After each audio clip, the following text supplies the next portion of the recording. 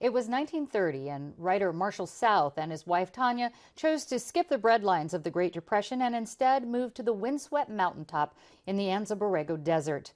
Living in isolation and naturalism, the Souths lived on Ghost Mountain for almost 20 years, raising 3 children, living mostly off the land. But South also supported his family by writing about their lives in a series of monthly articles. Writer South is one of Marshal's children, born while the couple lived in the desert. He joins me to talk about his famous father and their experiment in primitive living. Writer South, welcome. Thank you. You and your family lived in this adobe house that your father built by hand. Where did he get the supplies to build this, and how did he get it up that mountain? He carried it up on his back, and believe me, it may have been light when he started this mile-long trip up. It got heavier and heavier and heavier as he reached the top. You were on Ghost Mountain up until you were 14, I believe, right? And you were living there. Did you spend a lot of time with your dad? And what did you do about school? My mother taught us. She got books from the Julian School District, and she taught us everything. And how about spending time? Did you find you spent more time with your father because you were living just as a family in the desert, pretty much? Yes, probably we did, because most fathers just go away to work, but father was always there. Unless he was in his little writing house, writing stories and books, and then he'd come out and do pottery. Let's talk about at the time you're there, and it's called, kind of this primitive lifestyle, right? Did you know growing up that you were living this primitive lifestyle and there was another way to do this? No, it just seemed that it was completely natural. My parents were there, and they were happy, and so...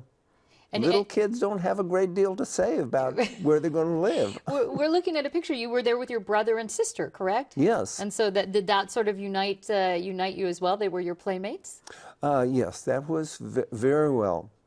My brother and sister were there. They were a little younger, and so I got to be the older child. Okay. There's just so many questions to ask about this. What did you eat?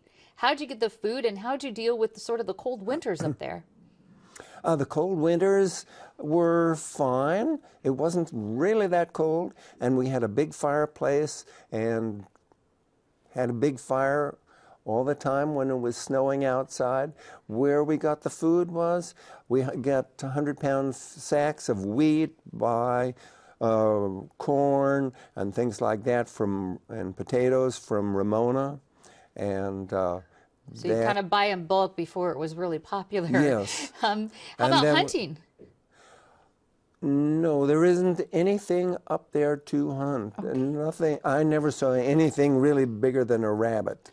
Okay, well that makes a lot of sense as far as that goes. I forgot it was quite the way up the mountain there. Without water, nothing lives. Okay.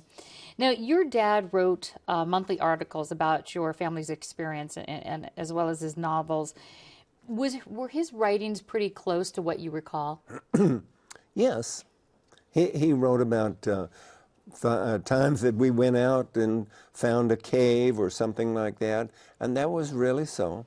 What stands out most for you as far as growing up in this lifestyle? Times that my mother made a nice big birthday cake for us, and since there were 3 of us, there was a birthday coming up a lot of times. Well, this would, that's any childhood experience. Yeah. You remember your birthday cakes. I understand your father's novels are being republished and re-released. What is your hope what sort of message would you like that to have to a new generation?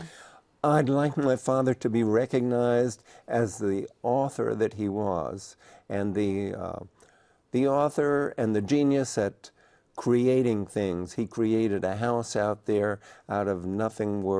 They were just rocks and cactus. He created pottery, and he also painted lovely pictures. Well, and we have plenty of photos of you too, and I want to let folks know we have more of them on our website, Writer South. Thank you so much. Thank you.